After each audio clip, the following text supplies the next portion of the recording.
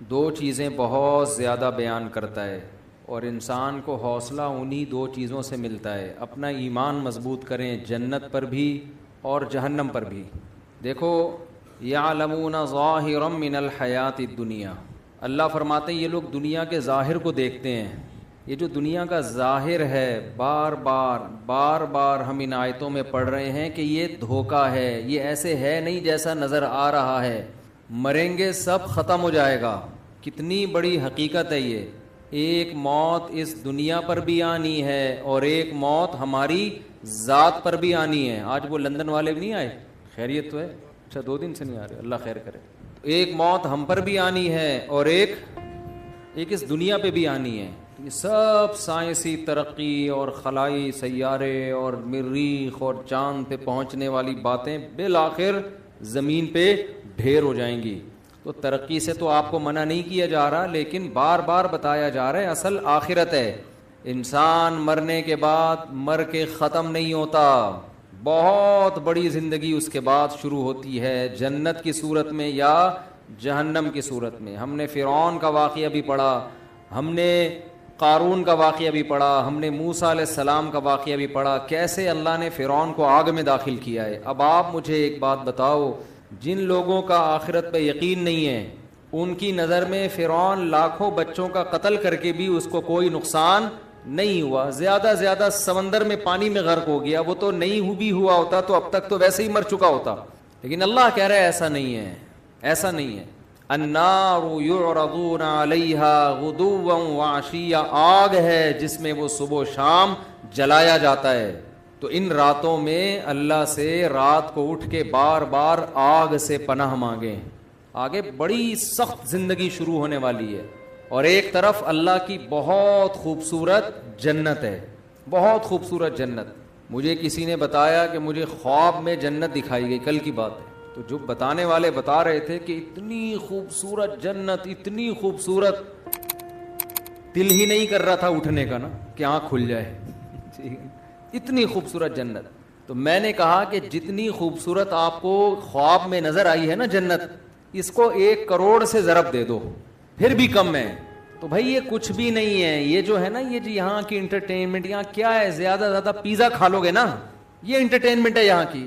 کیا کر لو گے، بھوک لگ رہی ہے، بیف بریانی کھا لی، بوفے میں چلے گئے، کیا کھا لیا وہاں پہ، کتنی دیر کی لذت ہے۔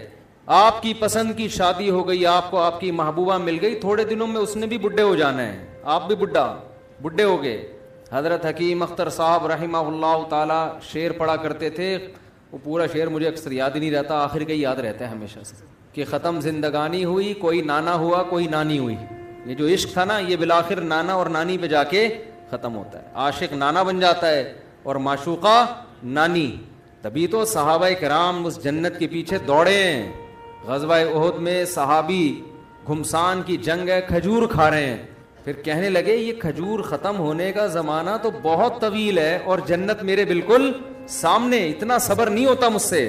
وَكَأَيٍّ مِّن نَّبِيٍّ قَاتَلَ مَعَهُ رِبِّيُّونَ كَثِيرٌ، قرآن کہہ رہا ہے کتنے ہی پیغمبروں کے ساتھ اللہ والوں نے مل کے جنگیں لڑی ہیں، حالانکہ یہ کمزور تھے، کم تھے، لیکن اس بیس پہ لڑی ہیں، شہادت ملے گی اور اللہ ہمیں جنت میں داخل کرے گا، اور پھر اللہ نے ان کو فتوحات دی ہیں۔ تو بھائی اس جنت کے لیے کچھ لالچ پیدا کرو اپنے جسم کے اندر، اپنی باڈی کے اندر، دل میں لالچ پیدا کرو۔ اگر آپ کو جنت کا شوق نہیں ہے، خوب سمجھ لو، پھر اللہ کو بھی آپ کو جنت دینے کا بالکل بھی شوق نہیں ہے۔ ہمارے حضرت ایک بات فرمایا کرتے تھے کہ یہ جو لوگ کہتے ہیں نا کہ اللہ کو ہم سے بہت محبت ہے، فرمایا اتنی ہی ہے جتنی آپ کو ہے اللہ سے۔ ہاں، آپ کم کریں گے اللہ زیادہ کر دے گا، لیکن اگر آپ کو نہیں ہے تو اس خوش فہمی میں نہ رہیں کہ اللہ کو پھر آپ سے محبت ہے، وہ مستغنی ہے۔ تو آپ کے دل میں اگر جنت کی لالچ نہیں ہے، شوق نہیں ہے، تو پھر اللہ کو بھی آپ کو جنت دینے کا کوئی شوق نہیں ہے۔ تو اللہ نے یہ حسین جنت جس کا بار بار آج بھی تذکرہ آیا، کتنی جگہ قرآن میں، یدخلہم جنات تجری من تحتی، یہ تو آپ لوگ کو عربی نہیں آتی پھر بھی سمجھ میں آتا ہوگا نا، تجری من تحتھا الانہار، تجری من تحتھا الانہار، تجری من تحتھا الانہار، کتنی دفعہ یہ آیات آتی ہیں۔ میرا پنجاب کا سفر تھا، وہاں لندن سے ایک صاحب آئے ہوئے تھے، مجھے کہنے لگے مفتی صاحب یہ جو اللہ بار بار کہتا ہے نا کہ اس ایسے باغات دوں گا جن کے نیچے نہریں بہتی. حالانکہ دنیا دار سے آدمی تھے, وہ کوئی مولانا ٹائپ کے نہیں تھے. کہتے ہیں میرا دل مچل جاتا ہے جب میں یہ آیتیں سنتا ہوں, میرا دل چاہتا ہے کہ یہ مجھے مل جائے. ایسے دل سے کہہ رہے تھے نا کہ بعض دفعہ انسان ایسے دل کی کیفیت سے کوئی بات کہتا ہے کہ لگتا ہے کہ یہ زبان سے نہیں بلکہ دل سے کہہ رہا ہے. اس کی واقعی یہ کیفیات بن رہی ہیں. مجھے ان کا جملہ بڑا اچھا لگا, کہہ رہے ہیں یار بار بار اللہ جب بھی جنت کہتے ہیں باغ کو, اور صرف باغ کو نہیں کہتے, گھنے باغات کو کہتے ہیں. بار بار قرآن کہہ رہا ہے یار تھوڑا سا تو سوچ لو, کچھ تو حقیقت ہوگی نا. یہ اللہ الحم سے لے کے والناس تک ہزاروں سینکڑوں بار جنت کا تذکرہ ویسے ہی کر رہا ہے, دینی وینی نہیں ہے ویسے ہی. تو اگر یہ ویسے ہی کر رہا ہے پھر تو پورا قرآن غلط ہے, پھر تو اسلام غلط ہے, پھر تو اللہ کی باتیں غلط ہیں. اور اگر اللہ کہہ رہا ہے لیکن ایک بار نہیں, ہر تھوڑی دیر میں آیت آئے گی, اللہ ان کو جنت میں داخل کرے گا جن کے نیچے نہریں بہتی, اللہ ان کو جنت میں داخل کرے گا جن کے نیچے نہریں بہتی ہیں. تو دل نہیں چاہتا ایک شخص آپ کو آ کے کہے, آفر دے کہ یار تو یہ کام کر لے, میں تجھے ہر مہینے اتنے پیسے دیا کروں گا. ایک بار کہے, 2 بار کہے, 3 بار, تو مجھے 20,000 روپے دے دے, میں تجھے ہر مہینے 3 لاکھ روپے دوں گا. ایک دفعہ کہے گا, 2 دفعہ کہے گا, 3 دفعہ کہے گا, 4 دفعہ, 5ویں 6ٹھی 7ویں 8ویں 9ویں 10ویں 11ویں دفعہ میں تو آپ کے کان کھڑے ہوں گے نا, یار کہیں صحیح تو نہیں کہہ رہا. یہ آپ تحقیق شروع کر دو گے, یار اگر یہ سچ کہہ رہا ہے تو 20,000 میں 3 لاکھ مل رہے ہیں, تو کون پاگل ہے جو نہیں دے گا. تو بھائی اللہ کہہ رہا ہے, وہ آدمی تو پھر بھی جھوٹا ہو سکتا ہے. اللہ بار بار کہہ رہا ہے, یہ میں صرف قرآن میں نہیں کہہ رہا, قل ما کنت بدعا من الرسل, اے نبی ان سے کہہ دیجئے میں نیا نبی نہیں ہوں کوئی کہ میں اس کائنات میں پہلا بندہ پیدا ہوا ہوں جو جنت کی باتیں کر رہا ہوں. میں پہلا تھوڑی ہوں, مجھ سے پہلے موسیٰ یہ باتیں کر کے گئے ہیں, داؤد یہ باتیں کر کے گئے ہیں, سلیمان یہ باتیں کر کے گئے ہیں, عیسیٰ نے بھی یہی کہا. آج تورات اور انجیل اٹھا کے دیکھو, اتنی تحریف ہو گئی, جنت کا وہی نقشہ نظر آئے گا جو قرآن بیان کر رہا ہے, اس میں تحریف نہیں ہوئی ہے. جہنم کا وہی نقشہ بیان تورات بھی بیان کرے گی جو قرآن بیان کر رہا ہے. قرآن کہہ رہا ہے قل ما کنت بدعا من الرسل, اے نبی ان سے کہہ دیجئے میں کوئی نیا پیغمبر نہیں ہوں, مجھ سے پہلے سارے پیغمبر یہی باتیں کر کے گئے ہیں, تو کیوں ایمان نہیں لے کر آتے اللہ کی باتوں پر. آپ کہو گے کہ اللہ تو دکھا کیوں نہیں دیتا ایک دفعہ ہمیں. بہت مشکل ہے بات سمجھانا میرے بھائی. آپ کے دل میں یہ بات آ رہی ہوگی اللہ ذرا سی جھلک دکھا دے. چلو میں آپ سے کہتا ہوں تھوڑی دیر کے لیے فرض کر لو اللہ ذرا سا جنت سے پردہ ہٹا دے, اللہ بتا دے کہ یہ الفلاحیہ مسجد کے گیٹ ہے نا, اس کے پیچھے میں نے تھوڑی دیر کے لیے جنت سجا دی, ذرا جھانک کے دیکھ لو. اور ہم نے جھانک کے دیکھا تو ہمیں کیا نظر آیا, ہمیں ایک عظیم دنیا نظر آئی. تھوڑی دیر کے لیے فرض کر لیں ہم دیکھ لیں تو ہمارا ہوگا کیا پھر ہم پھر بھی اسی طرح ڈھیلے رہیں گے ہم جیسے اب ہیں. تھوڑی دیر کے لیے فرض کر لیں کہ ایک شخص کہتا ہے میں نے ایک ایسا باغ بنایا ہے. لوگ تفریح پہ جاتے ہیں نا, چترال جاتے ہیں تفریح کے لیے, اور وہ کیا ہے چترال میں جو ہائٹ کی جگہ ہے, ایک تو یار داریل, دماغ پہ بھی چشمہ لگنا چاہیے انسان کے, صرف آنکھوں کے لیے نہیں. وہ اسکردو جاتے ہیں, اور سوات مردان جاتے ہیں, کاغان ناران جاتے ہیں. تو جو جا کر آتا ہے اپنے دوستوں کو ایسی لمبی لمبی پھینک کے بتا رہا ہوتا ہے ابے یہ, حالانکہ ہوتا بھی ہے خوبصورت علاقے ہیں لیکن تھوڑا اور زیادہ کر کے بتا رہا ہوتا, کیونکہ یہ گیا نہیں ہوتا نا اس کو شو مارنے کے لیے. ہم بچپن میں تو ہم ایسا بہت کرتے تھے, ابے بھائی ایسی چیز ہے, ہم تاکہ اس کو نا تھوڑا سا بھرم رہے ہیں اس کے اوپر, اور یہ احساس کمتری میں مرتا چلا جائے کہ میں کیوں نہیں گیا. بچے یہ شو بازی والا کام بہت کرتے ہیں. لیکن واقعی اب آپ ایسی جگہ سے گھوم پھر کر آئے, اب آپ اپنے دوست کے سامنے نقشہ کھینچ رہے ہو, یار میں ایسی جگہ گیا جہاں خوبصورت گھنے باغات تھے, جہاں بہترین, جہاں کے لوگ ایک الگ ہی قوم رہ رہی تھی وہاں پہ. میں نے اس قوم سے انٹرویو لیا, ان کے چہرے بہت خوبصورت, صحتیں بہت اچھی. ان لوگوں سے ہم نے پوچھا تو انہوں نے کہا ہم اس باغ میں لاکھوں سال سے رہ رہے ہیں, ہم پر موت نہیں آتی. یہ ایسا پانی ہے ان چشموں کا جو پی لے تو یہ آب حیات ہے, اسے زندگی میں کبھی بھی موت نہیں آئے گی. کوئی دیکھ کر آیا آپ کے دوستوں میں سے, آپ نے کہا کہ وہاں ایسے خوبصورت باغات, پھل درختوں پہ لدے ہوئے ہیں, اور پھلوں کے بوجھ سے درختوں کی ٹہنیاں زمین کو چھو رہی ہیں, قطوفها دانیہ, جیسے قرآن نقشے کھینچتا ہے. اور وہاں اتنی خوبصورت عورتیں ان لوگوں کی قوم میں جو ان کو ملی ہیں نکاح کرنے کے لیے, شادی کرنے کے لیے, اتنی خوبصورت عورتیں ہیں یرا مخ سوقہما من وراء اللحم کہ ان کی پنڈلیوں کا گودا بھی ان کی کھال سے نظر آتا ہے, ایسی شفاف اسکن ہے ان کی. جب نبی نے بتایا نا صحابہ کو کہ اللہ نے جو یاقوت اور مرجان سے زیادہ خوبصورت حوریں جنت میں پیدا کی ہیں, ان کی جو پنڈلیوں کا گودا ہے وہ بھی باہر سے نظر آئے گا, اتنی ٹرانسپیرنٹ اسکن ہوگی ان کی. صحابہ نے عرض کیا یا رسول اللہ یہ کیسے ممکن ہو کہ ایک ہے انسان, حور ہوگی تو انسان ہی نا, کوئی روبوٹ تھوڑی ہے, کوئی مشین تھوڑی ہے انسان, لیکن اس کی اسکن میں اس کی کھال اتنی شفاف, یہ کیسے ممکن ہے؟ تو آپ نے فرمایا کیا تم نے قرآن میں پڑھا نہیں ہے کأنہن الیاقوت والمرجان, میرا رب جنت کی حور کی تعریف کے لیے کہتا ہے جنت کی حوریں ایسی ہیں جیسے یاقوت اور مرجان. تو کیا یاقوت کے پتھر میں موتی میں دھاگا داخل کیا جائے وہ باہر سے نظر نہیں آتا کیا؟ حالانکہ کتنا ہارڈ ہوتا ہے, کتنا سخت ہوتا ہے, اس کے باوجود بھی وہ باہر سے نظر آتا ہے. تو یہ تو دنیا میں اللہ نے ایسی حسین چیزیں, ایسے پتھر پیدا کیے ہوئے ہیں جو اتنے شفاف ہوتے ہیں کہ آپ ان کے اندر ان کا دھاگا نظر آ رہا ہوتا ہے. تو جنت کی حور تو جنت کی حور ہے, یہ تو دنیا میں اس کی مثالیں ملتی ہیں. تو مجھے بتاؤ اگر کوئی آپ کو آ کے بتائے یار ایسا علاقہ دیکھ کے آیا ہوں, وہاں ایسی خوبصورت عورتیں اور وہاں لوگ کبھی بیمار نہیں ہوتے, جیسے میں گلگت گیا نا تو 80 سال لوگوں کی عمریں, وہاں لوگ بتا رہے ہیں 80 سال نہیں 80 لاکھ سال سے زندہ ہیں, اور یہاں کے بارے میں رپورٹ یہ ہے کہ یہاں کسی کو موت نہیں آتی, یہاں محبت اتنی ہے آپس میں کہ کبھی کسی کا جھگڑا کسی سے نہیں ہوتا. لا يسمعون فيها لغوا ولا تأثیما, قرآن کہتا ہے کبھی کوئی بیکار بات, کوئی لغو بات. یہاں تو ایک بیان دو, نیچے کمنٹس میں کچھ اچھے اور کچھ اسٹیبلشمنٹ کا پٹھو. اب اسٹیبلشمنٹ کے تانے کیوں دے رہے ہو؟ اب تو اسٹیبلشمنٹ اس کے خلاف ہے بھائی. ہمیں کہتے تھے نا اسٹیبلشمنٹ کے پٹھو ہیں, یہ حکومت کے پٹھو ہیں. اب تو حکومت بھی گئی, اسٹیبلشمنٹ بھی آپ کے ساتھ ہے. اب اگر میں حمایت کر رہا ہوں تو کم از کم اب تو یہ نہ بولو نا کہ اسٹیبلشمنٹ کے پٹھو ہیں. تو آدمی کی کھوپڑی گھومتی ہے نا کہ یار تم کیا کر رہے ہو, کچھ بولنے ہی نہیں دیتے. آپ تبصرہ کرو لیکن غلط بےہودہ الزام تو نہ لگاؤ نا ہمارے اوپر. تو یہاں آدمی کی کھوپڑی گھومتی رہتی ہے اور پتلا ہوتا رہتا ہے. آج مجھے کوئی کہہ رہا تھا آپ اتنے باریک ہوتے جا رہے ہیں. میں نے کہا بھائی رمضان کا آخری عشرہ چل رہا ہے, اتنے آج میرا عصر کے بعد بھی بیان تھا, افطار سے پہلے. پھر ہم تو افطاری میں 2 نوالے کھاتے ہیں, اس کے بعد تو ہمیں کھانے کا تراویح کے سے پہلے بیان. اب بیان کے بعد جا کے شاید کھا لوں, لیکن ابھی بیان کے بعد بھی پھر کہیں بیان ہے, پھر اس کے بعد کہیں بیان ہے. تو تھوڑے دنوں میں مفتی صاحب مارکیٹ سے کیا ہو جائیں گے, میرا کرتا اور شلوار نظر آئے گا آپ کو. یہاں پہ بیان ہو رہا ہوگا, آپ اس میں سے کنگھال کے نکالیں گے, مفتی صاحب کو نکالو, اتنے باریک ہو جائیں گے, باتیں 4 شادیوں کی, ٹھیک ہے نا, صرف جذبے رہ جائیں گے, صرف کیا رہ جائے گا, جذبہ. تو ابھی میں سوچ رہا ہوں عید کا چاند نظر آ کے تھوڑی ریکوری ہوگی انشاءاللہ, بیلنس ڈلوائیں گے نا اپنے اندر. ابھی تو بیلنس سارا آہستہ آہستہ کیا ہو رہا ہے, ختم ہو رہا ہے. تو بیلنس عید کے بعد تھوڑا ناقے کریں گے بیانات کے, ہو سکتا ہے کہیں آؤٹنگ پہ نکل جائیں, کہیں کھا پی لے جا کے کہیں کچھ. تو لیکن آدمی ہلکا پھلکا ہی اچھا لگتا ہے.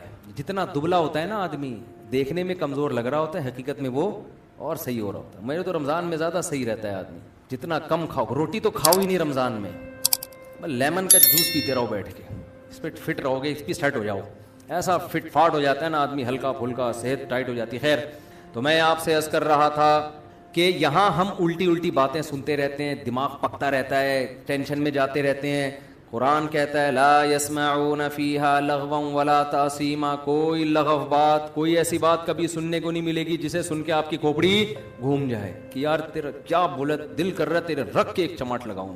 یہ ہوتا ہے نا یہاں پہ, سب محبت کی باتیں.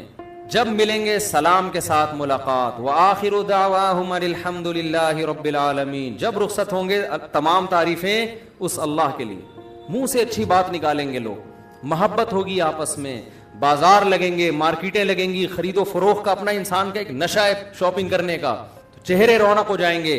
اب بتاؤ کوئی ایسی جگہ دیکھ کر آئے اور کوئی نقشہ کھینچے کہ یار میں ایسی جگہ دیکھ کر آیا ہوں جہاں ایسی خوبصورت عورتیں اور ایسے خوبصورت محلات ہیں, بے جوڑ موتی کے محلات, غرف مبنیۃ. اللہ کہتے ہیں بالا خانے ہوں گے جنت میں. بالا خانے کسے کہتے ہیں؟ گھر کے اوپر گھر, گھر کے اوپر گھر. علی سرر متقابلین, مجلسیں کیسے لگیں گی؟ تختوں پہ, شاہی تختوں پہ گاؤ تکیے لگا کر بیٹھے ہوں گے, بارونق چہروں کے ساتھ. اور اللہ نے کیا تعریف کی؟ کأنہن بیغ مکنون، فرمائے تمہیں جو عورتیں وہاں ملیں گی جن سے تمہارا نکاح ہوگا، بیغ مکنون، ان کے حسن کی اللہ کیسے مختلف انداز سے تعبیر کرتا ہے. کہیں اللہ کہتا ہے قاصرات الطرف عین، ایسی حیا. یہاں تو آپ بیگم سے اونچی آواز سے بات کریں، آگے سے اس سے زیادہ اسپیڈ سے جواب پارسل ہوگا. وہاں کیا قرآن کہہ رہا ہے کہ جو حور ہے جنت کی، قاصرات الطرف عین، بڑی بڑی آنکھوں والی، آئینہ کہتے ہیں بڑی آنکھوں والی، اور قاصرات الطرف، نظر کو جھکانے والی. اور قرآن کیا کہتا ہے؟ حور کسے کہتے ہیں عربی میں؟ حور کہتے ہیں سفید رنگت والی، حورا کہتے ہیں، اس کی جمع حور آتی ہے. اس کی آنکھوں کی سفیدی انتہائی سفید، اور اس کی جو آنکھوں کی سیاہی ہے، جو پتلی ہے، وہ انتہائی سیاہ. کیسے اللہ تعالیٰ اس کے حسن کا نقشہ کھینچتے ہیں. اور قرآن کیا کہتا ہے؟ ایسی شفاف، کأنہن بیض مکنون، جیسے چھپائے ہوئے انڈے ہوتے ہیں نا. پرندہ گھونسلے میں انڈے دے کے اس پہ گھاس ڈال دیتا ہے کہ اس پہ گرد و غبار نہ آئے. تو اللہ کہتے ہیں میں نے ایسے ہی ان حوروں کو جنت کے مشک و عنبر کی مٹی سے بنا کے خیموں میں محفوظ کر دیا ہے. لم یطمثہن انس قبلہم ولا جان، کوئی انسان اور جن ایسا نہیں ہے جس نے ان کو کبھی چھوا ہو اس جنتی سے پہلے. جنتیوں کے لیے اللہ نے محفوظ کر دی ہیں. اللہ کو پتا ہے یہاں کون جنت والے اعمال کر رہا ہے. اللہ ان اعمال والوں کے لیے پہلے سے ان کے لیے انتظام کر کے رکھا ہوا ہے. اللہ تعالیٰ نے انا انشأناہن انشاء، اللہ فرماتے ہم نے ان کو اسی مٹی سے بنایا ہے. فجعلناہن ابکارا، ہم نے ان کو ہمیشہ کے لیے کنوارا بنا دیا، ہمیشہ کے لیے. تو کتنی اللہ قرآن میں تعریفیں کر رہا ہے. پھر جنت کی شراب کی تعریف قرآن کرتا ہے. لا یصدعون عنہا ولا ینزفون، ایسی شراب کی لذت دنیا کی شراب سے بھی زیادہ، لیکن نہ اس سے سر میں درد ہوگا اور نہ بہکی بہکی باتیں کرے گا. فیہا انہار من ماء غیر آسن، 4 نہریں اللہ نے جنت میں ذکر کی ہیں. ایک نہر ایسا پانی جس کا ذائقہ کبھی متغیر نہیں ہوگا، ایک سفید دودھ کی بہتی ہوئی نہر، ایک شراب کی بہتی ہوئی نہر. جہاں شراب کا تذکرہ آیا لذت للشاربین، فرمایا ایسی شراب جو پینے والوں کے لیے لذت کا سامان ہوگا. وانہار من عسل مصفی، اور ایک نہر اللہ نے پیدا کی ہے شہد کی نہر. اللہ اپنی جنت کی بار بار بار بار بار بار، اور سورہ رحمان میں تو تعریفیں کر کے پھر بار بار یہ بھی کہتا ہے فَبِأَيِّ آلَاءِ رَبِّكُمَا تُكَذِّبَانِ، اپنے رب کی کون کون سی نعمتوں کو جھٹلاؤ گے. یہ جنت کا تذکرہ اللہ قرآن میں بھی کرتا ہے، اسی جنت کا تذکرہ اللہ تورات میں بھی کرتا ہے، اسی جنت کا تذکرہ اللہ انجیل میں بھی کرتا ہے. اور کہتا ہے میں نے اپنے بندوں کے لیے بنائی. کس کے لیے بنائی؟ اپنے بندوں کے لیے بنائی. تو اللہ بار بار کہہ رہا ہے میں نے اپنے بندوں کے لیے جنت بنائی، میں نے اپنے بندوں کے لیے جنت بنائی. انکا لا تجوع فیہا ولا تعرا، نہ بھوک کی تکلیف ہوگی اور نہ لباس کی پریشانی ہوگی. جنت میں جو کھانا کھائیں گے بھوک کی تکلیف کے بغیر، صرف لذت کے لیے ہوگا وہ کھانا. کیسی اللہ نے نعمتیں بیان کی. وَلَحْمِ طَيْرٍ مِّمَّا يَشْتَهُونَ، جس پرندے کا گوشت کھانے کا دل چاہے گا وہ کھاؤ گے. سورہ دہر اٹھا کے دیکھیں، اللہ فرماتے ہیں اذا رأیتہم حسبتہم لؤلؤا منثورا، خوبصورت بچے خدمت کے لیے، اتنی بڑی تعداد میں آپ کی خدمت کے لیے، حالانکہ وہاں خدمت کی ضرورت نہیں ہے، لیکن اللہ نے آپ کی انٹرٹینمنٹ کے لیے کہ انسان کو نا مزہ آتا ہے کسی سے خدمت لیتے ہوئے، آرڈر چلاتے ہوئے، ابے یہ لے آ جا کے. آپ نے دیکھا نا وہ مکینک کیسے کام لیتے، چھوٹے پانا لے کر آ، چل چھوٹے وہاں سے ٹائر اٹھا کے لا. وہ چھوٹا گنجا ہوتا ہے، اس کے چپت بھی پڑتی رہتی ہے سر پہ، اور اس کو ٹنڈ بھی کروا کے رکھتے ہیں. اکثر میں نے دیکھا ہے وہ بچے جو کام کر رہے ہیں نا وہ گنجے ہوتے ہیں، ان کو میں کہتا ہوں بال تو رکھو، کم از کم چپت لگے گی، تھوڑی تکلیف کم ہوگی اس سے. یہ انسان کی ہے کہ بھائی وہ چودراہٹ چاہتا ہے. تو قرآن کہتا ہے ایسے پیارے خوبصورت بچے خدمت کے لیے، ان کا قرآن نے نقشہ کھینچا ہے. اذا رأیتہم حسبتہم لؤلؤا منثورا، جب تم ان کو دیکھو گے ایسے لگے گا موتی ہیں بکھرے ہوئے. جیسے تسبیح خوبصورت دانوں والی ٹوٹتی ہے اور کیسے موتی بکھر جاتے ہیں، ایسے وہ خوبصورت بچے جنت کے اندر بکھرے ہوئے ہوں گے. ایک روایت میں آتا ہے جو جنت اپنی آنکھوں سے دیکھ لے اس کو دنیا جہنم لگے گی. یہ جو دنیا ہم جہاں بیٹھے ہوئے ہیں نا، جیسے جو لوگ امریکہ یورپ سے آتے ہیں نا، کراچی آتے ہیں، گلی میں آتے ہیں. کل ایک صاحب مجھے کہنے لگے کہ میں کینیڈا جا رہا ہوں، 5 سال بعد میرا ارادہ ہے واپس پھر یہیں اسٹے کروں گا، میں بس 5 سال میں اتنا کما لوں گا پھر یہیں آؤں گا. میں نے کہا 5 سال کے بعد آپ یہاں آؤ گے مگر آپ کا یہاں دل نہیں لگے گا. کیونکہ آپ نے کینیڈا دیکھ لیا ہوگا, آپ کو یہاں گٹر کے ڈھکن ہضم ہی نہیں ہوں گے آپ کو یہاں, پھر یہاں ٹریفک, پھر گاڑی. تو میں نے کہا یا تو جاؤ نہیں, اسی گندگی میں گزارا کرو, کیونکہ اس گندگی میں بہت سی اچھائیاں بھی ہیں, مذہب محفوظ ہے یہاں پہ, سستائی ہے وغیرہ وغیرہ. بھی میں اس ٹاپک میں نہیں جاتا, بہت سی خوبیاں ہیں. تو یہ گٹر کے ڈھکن وکن برداشت کر لو, آپ کا امیون سسٹم اتنا اچھا ہو جائے گا یہاں پہ رہ کے کہ کسی دن گٹر میں گر بھی گئے نا تو اگلے گٹر سے نکلو گے زندہ سلامت. ایسا سسٹم ہو جاتا ہے یہاں پہ, وہاں سے نکلنا بھی ضروری نہیں ہے. اگر آپ چلتے چلتے اگلے ڈھکن اور اگلے سے نکل جاؤ گے, کیونکہ ڈھکن وہاں بھی نہیں ہوگا. یعنی یہ بھی ٹینشن نہیں ہے کہ میں یہاں سے آگے چلا گیا, پیچھے سے پانی کا پریشر آیا, نکلوں گا کہاں سے, کوئی بات نہیں, اگلے ڈھکن سے نکل جاؤ آپ. تو روایت میں آتا ہے کہ کوئی یہاں آ کے کوئی جنت میں یہاں آ کے دیکھ لینا تو اسے یہ کیا لگے گی دنیا, جہنم. تو اللہ اتنی تعریفیں کر رہا ہے, ان للمتقین مفازا, جو لوگ پرہیزگار ہیں, گناہوں سے بچتے ہیں, انٹرنیٹ پر بیہودہ فلمیں نہیں دیکھتے, اگر کبھی غلطی ہو رب کو منا کے رو کے منا کے توبہ کرتے ہیں, نظر کی حفاظت کرتے ہیں, یغضوا من ابصارہم, سود نہیں کھاتے, کسی کی غیبت نہیں کرتے, کسی پر بہتان نہیں لگاتے. بہتان میں یہ بھی ہے سیاسی اختلافات میں مخالف پر بیجا الزامات لگانا, یہ بھی بہتان تراشی میں داخل ہے. آپ کسی سیاسی جماعت میں بغیر دلیل کے اپنے لیڈر کے کہنے پہ دوسرے کے لیڈر کو برا کہنا شروع کر دیں, یہ کوئی دلیل نہیں ہے کہ میرے قائد نے بولا تھا کہ ایسا ہے تو آپ نے بھی بول دیا ویسا ہے. آپ کے قائد کی کیا دلیل ہے آپ کے, وہ تو اپوزیشن میں, وہ تو بولیں گے ایسا ہے. قرآن بار بار کہتا ہے کسی پر بہتان نہیں لگاتے جب تک کوئی یقینی دلیل نہ ہو, کسی پر بہتان نہیں لگاتے, غیبت نہیں کرتے, رشتہ داری کو جوڑتے ہیں. او بھائی تمہیں دنیا ایسا انعام نہیں دے سکتی. دیکھو اللہ ہمیں جو نیک اعمال کا کہہ رہا ہے نا, وہ اللہ اس لیے نہیں کہ ہم ایک دوسرے کو خوش کریں, اس لیے کہ ہم کس کو خوش کریں, اللہ کے لیے. میرا رب اگر مجھے کہتا ہے میں اپنے باپ کو نہ ستاؤں, میں اپنے باپ کی اطاعت کروں, تو رب باپ کے لیے نہیں کہہ رہا, رب کس کے لیے کہہ رہا ہے, اپنے لیے, کہ میرا حکم ہے ماں باپ کی خدمت کرو. اس کا بدلہ ماں باپ نہیں دیں گے, کون دے گا, میں دوں گا. جو مذہب کو نہیں مانتے وہ ماں باپ کی خدمت کا بدلہ کس سے مانگتے ہیں, ماں باپ سے مانگتے ہیں. جو مذہب کو نہیں مانتے, جنت جہنم کو نہیں مانتے, باپ اگر اولاد پر احسان کرے گا تو اس کا بدلہ کس سے مانگے گا, اولاد سے, وہ اللہ سے بدلہ نہیں مانگے گا. جو مذہب کو نہیں مانتے وہ غریب پر احسان کریں گے تو اس کا احسان کا بدلہ کس سے مانگیں گے, غریب سے. گوروں نے کتاب لکھی ہے کہ دنیا میں جو بھی اچھا کام کرتا ہے اس کا حق ہے کہ اس کو دنیا میں پیسوں کی صورت میں بدلہ دیا جائے. یہ گورے کہتے ہیں ہر شخص کو, اس کا کوئی بھی کچھ بھی کر رہا ہو اس کی قیمت ہوتی ہے. تبھی آپ دیکھیں بہت سے موٹیویشنل اسپیکر ہیں, یہ فری میں کہیں 5 منٹ بھی بیان نہیں دیں گے جا کے, ہر بیان کی ان کی قیمت ہوتی ہے. وہ کہتے ہیں ہم جب آپ کی خدمت کر رہے ہیں تو ہمیں اس کے بدلے میں کیا مل رہا ہے, ہمارے ریٹ ہیں 1 گھنٹے کے اتنے, آدھے گھنٹے کے اتنے پائیں, کبھی فری میں بھی تو کر دیا کریں نا بات. لیکن اگر آپ آخرت کے لیے کام کر رہے ہو جیسے ہمارے اکثر علماء کرتے ہیں تو ان کے بیانات کی کوئی قیمت نہیں ہوتی. مجھے لوگ سمجھتے ہیں کہ جو ہم یہاں پورا تراویح میں بیٹھ کے بیان کر رہے ہیں اس کے ہمیں پیسے مل رہے ہیں, پیسے مل رہے ہیں. یا ہم کہیں دنیا میں باہر ملکوں میں بیان کے لیے جاتے ہیں تو ہمیں 5 روپے بھی نہیں ملتے. ہمیں کوئی ہدیہ تو کوئی بھی کسی کو کسی بھی ٹائم پہ دے دے, اس پہ تو منع نہیں کیا جا سکتا کسی کو. انگریز نہیں کرتا یہ کام. آپ نے کبھی انگریزوں کو دیکھا 1-1 گھنٹے کے لیکچر فری پھوکٹ میں دے رہے ہو, کبھی سنا آپ نے, بولو نا کیا ہو گیا, کبھی بھی نہیں سنا. اور اسلام اسی وجہ سے زندہ ہے, اسی وجہ سے اسلام زندہ ہے. آج عیسائی مشنریاں جو محنت کر رہی ہیں, ہر مشنری کو اس کا پیسہ, ہر کارکن کو پیسہ ملتا ہے جو بھی ان مشنریوں میں.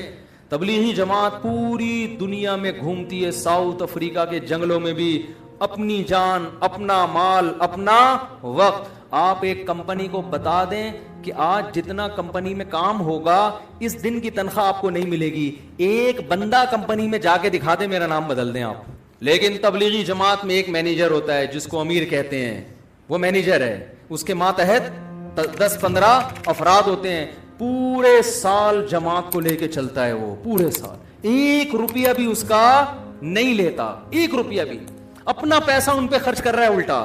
پورے سال جماعت کو سردی, گرمی, خزاں, بہار کے موسم میں پہاڑوں میں, پتھروں میں, گاؤں میں, دیہاتوں میں, ایسی ایسی جگہ جماعتوں کو لے کے جائے گا. واش روم میں ٹوٹے ہوئے لوٹے, ٹوٹے ہوئے واش روم, بڑے بڑے امیر گھرانوں کے لوگ, آرمی کے بریگیڈیئر کرنل جیسے لوگ اس کے ماتحت ہوتے ہیں امیر کے, اور وہ امیر وہ 5ویں پاس بھی نہیں ہوتا.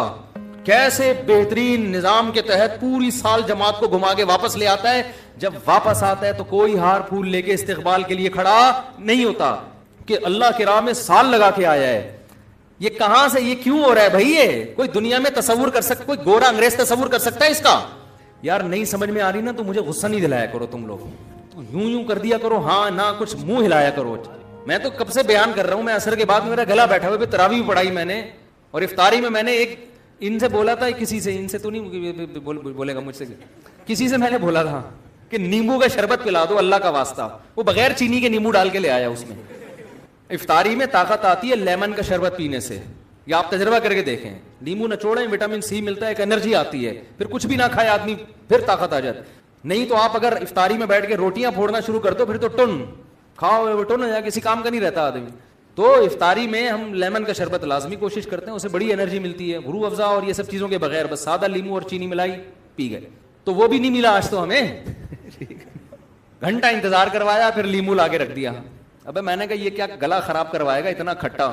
تو جب میں اتنے جوش سے بات کر رہا ہوں تو تھوڑا آپ بھی، اب یہ رمضان تو گزر رہا ہے نا، آپ پورے سال تھوڑی پکڑائی میں آؤ گے، پورے سال تو مارکیٹ سے آپ نے ہونا ہے شارٹ، اور اس کے بعد ایک دن موت کا وقت میرا بھی آئے گا اور میرے بھائی آپ کا بھی ہے. ہم افسوس کر رہے ہوں گے، میں بھی افسوس، اللہ بچائے ایسے وقت میں افسوس سے ہمیں، اللہ کرے کچھ ایسا کر لیں کہ اس وقت میں ہم خوش ہوں. ہمارے حضرت کے والد صاحب کا جب انتقال ہونے لگا خوش تھے، وہ خوش تھے، بہت زور زور سے اشعار پڑھ رہے تھے اللہ کی محبت میں کہ اللہ سے ملاقات ہونے والی ہے. جیسا آدمی نے زندگی میں قربانیاں دی ہوں، موت بڑی اچھی ہوتی ہے اس کی، خوش خوش دنیا سے جاتا ہے. اور جس آدمی نے زندگی میں برائیاں کی ہوں، موت بڑی بھیانک ہوتی ہے اس کی، وہ کبھی بھی دنیا سے خوش نہیں جا رہا، افسوس کر رہا ہوتا ہے کہ میں کیوں، میری عیاشی ختم ہو رہی ہے. تو اس لیے تھوڑا سا جوش دکھا لیں. ویسے بھی یہ سارا سلسلہ بھی ایک سال تک کے لیے، پھر اتوار کو ہمارا بیان ہوا کرے گا، وہ تو الگ موضوعات ہوتے ہیں. تو میرے بھائی مجھے ایک بات بتاؤ کہ اتنی اللہ جنت کی باتیں کر رہا ہے، اللہ کہتا ہے، میں بات کیا چل رہی تھی، ہاں، تو یہ موٹیویشن تبلیغ جماعت کو کہاں سے ملتی ہے بھائی؟ یہ اس لیے کہ کس کے لیے کر رہے ہیں؟ اللہ کے لیے. اس کا بدلہ کون دے گا؟ اللہ. تو میں اپنے باپ کی اگر خدمت کرتا ہوں کس کے لیے؟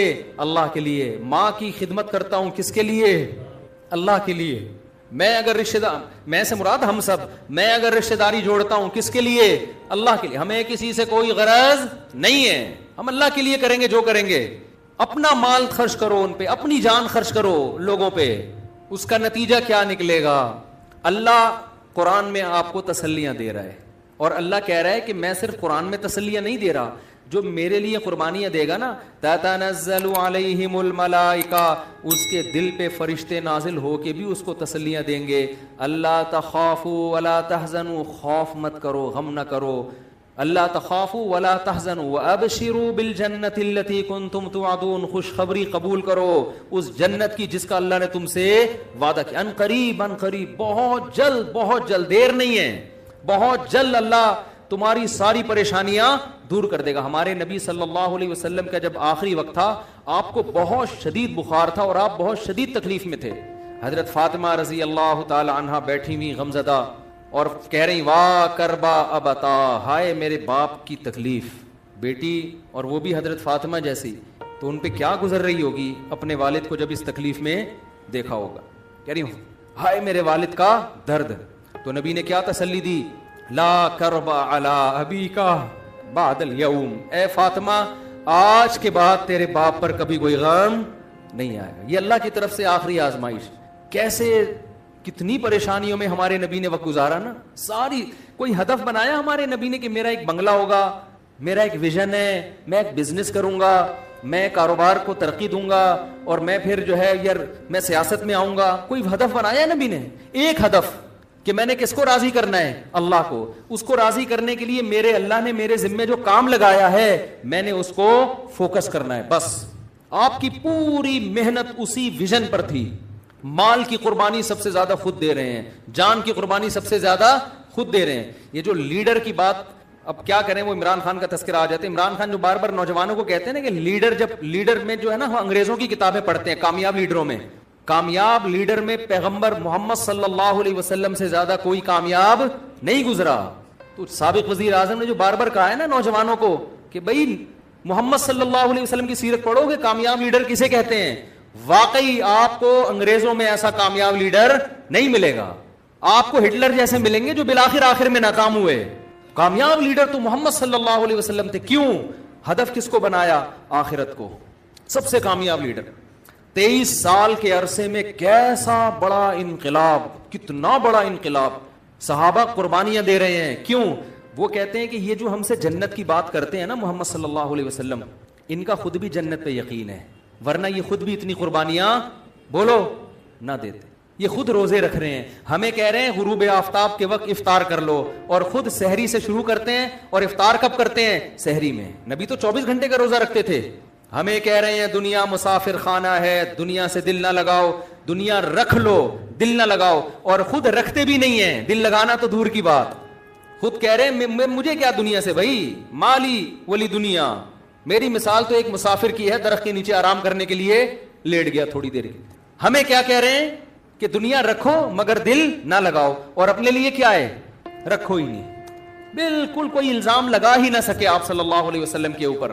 ابو طلحہ انصاری پورا باغ لے کر آئے نبی صلی اللہ علیہ وسلم کی خدمت میں. یا رسول اللہ, اللہ نے کہا صدقہ کرو. کس کو دوں یہ باغ؟ فرمایا اپنے چچا زاد بھائیوں کو دو. تو رشتہ داری جوڑنے کا حکم بھی دیا, اور رشتہ داری جوڑنا سکھایا بھی آپ صلی اللہ علیہ وسلم نے. آپ یہ بھی کہہ سکتے تھے مجھے دے دو.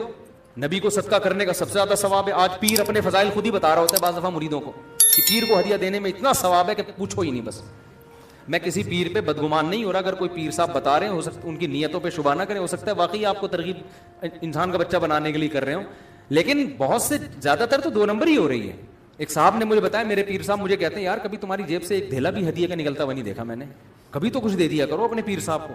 میں نے کہا یہ پیر تمہاری کیا تربیت کرے گا جو خود ہی بھیک مانگ رہا ہے تم سے.